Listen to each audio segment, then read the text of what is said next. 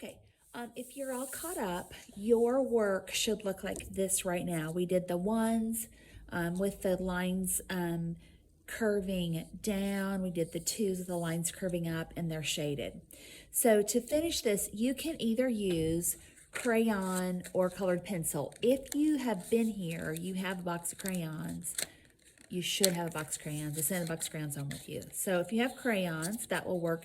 You could also use colored pencils if you have access to colored pencils at home. So you can do one color the whole way through, or you could switch colors. It's up to you.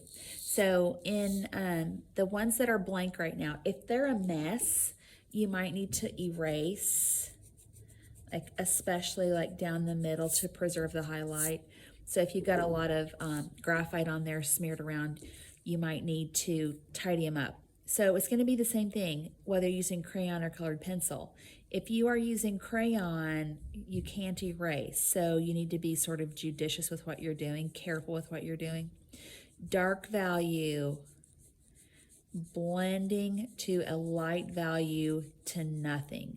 And I'm creating value by the amount of pressure I'm putting on the crayon. So harder pressure on the edge, lighter, lighter, lighter, lighter, lighter, lighter, lighter to the middle. And it should be gradual. It should not look like harsh stripes. So light, light, light towards the middle, dark on the edge. So as I work towards the middle, and there's the middle, so I'm going to line up with my pencil sections. And again, you can go both directions. That will kind of smooth out the lines a little bit. And like I said, you can do this with crayon or colored pencil. I have an example that I can show you of one done with colored pencil. If you want to use the same color all the way around, you could use the same color. I like to alternate. So in the one sections, I'm going to use purple, and then I'll switch to a different color in the two sections. But it's the same idea, like shading, using value to show volume, to show depth. So we're trying to make this look like these are curved and rounded, pointing to the middle. And then on the two sections, I think I will use orange. And again, same thing. I would say don't use yellow or pink or green yellow.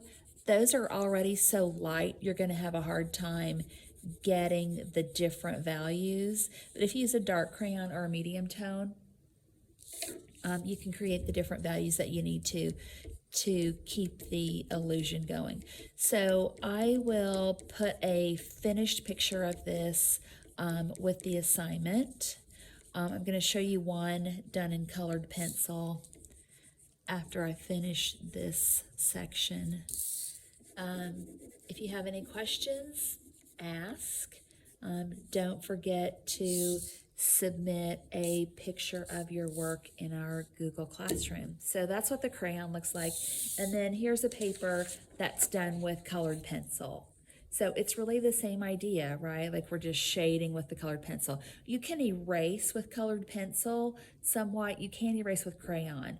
So you just need to be really careful when you're putting your values on there, and try to keep that highlight.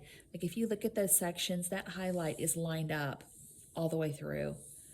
So whether I was working with pencil or colored pencil, I kept the highlight like right in the middle of each section to help us create that illusion that you've got these rounded cylinders like all pointing to the same spot in the middle.